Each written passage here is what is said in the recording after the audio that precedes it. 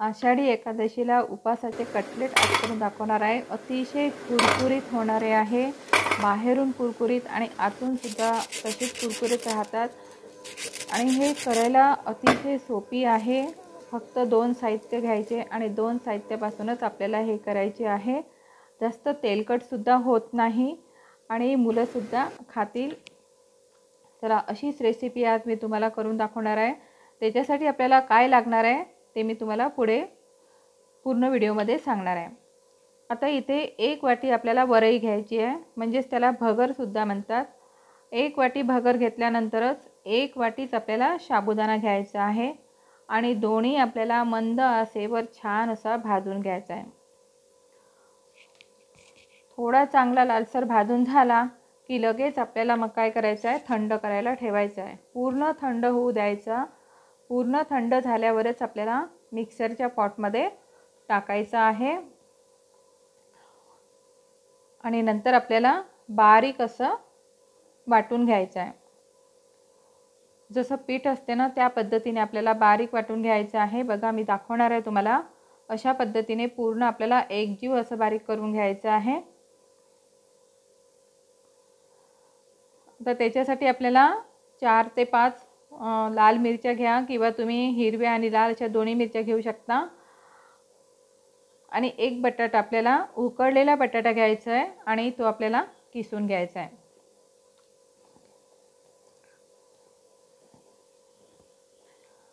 कढईमध्ये आपल्याला तेल टाकायचं आहे।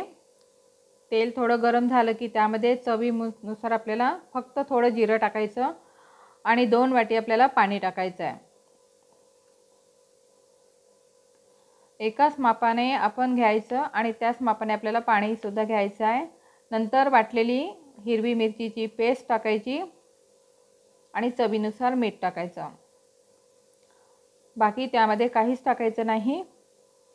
आणि जे आपण पीठ केलं होतं ना ते पीठ आपल्याला त्यामध्ये टाकायचं आणि किसलेला बटाटा टाकायचा। बटाटा फक्त एकच वापरलेला आहे आणि पूर्ण घट्ट होईपर्यंत आपल्याला चांगलं होऊ द्यायचं आहे आणि 5 मिनिटं फक्त रेस्ट करायला ठेवायचं। वाफेवर ते अजून फुलतात आणि नंतर एका प्लेटमध्ये काढायचं।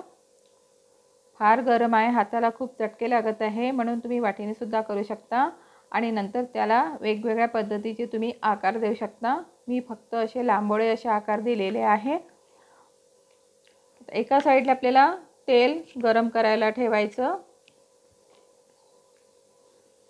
आणि एक एक आपल्याला सोडायचे आहे। पूर्ण रंग बदलेपर्यंत आपल्याला छान कुरकुरीत असे तळून घ्यायचे आहे आणि नंतर टिश्यू पेपरवर काढायचे। हे कटलेट अतिशय सुंदर लागतात खायला। आता एकादशीला तुम्ही आता हा नवीन पदार्थ नक्की करून बघा आणि खूप छान लागतो आणि तितकाच कुरकुरीत सुद्धा आहे। चला, नवीन काहीतरी बनवूया। तेच आपण एकच एक उसळ आणि एकच एक साबुदाण्याचा वडा केल्यापेक्षा जर असं वेगळं काहीतरी तयार केलं ना, मुलं सुद्धा तुमचे उपवास करतील। आणि हे खायचे कशासोबत? टमाटर सॉस सोबत सुद्धा अतिशय सुंदर लागतात किंवा दह्यासोबत, नाहीतर हिरवी मिरचीची चटणी केली ना त्यासोबत सुद्धा अतिशय सुंदर लागतात। मी तर फक्त टमाटर सॉस ठेवलेला आहे आणि दह्यामध्ये तिखट मीठ टाकलेलं आहे, त्याच्यासोबत सुद्धा अतिशय सुंदर लागतात। वेळ कशाला करायचा, लगेच बघा आणि लगेच करायला लागा। आजचा व्हिडिओ जर तुम्हाला आवडला असेल तर नक्की लाईक करा, शेअर करा आणि सबस्क्राईब करा। मस्त खा, आनंदी राहा।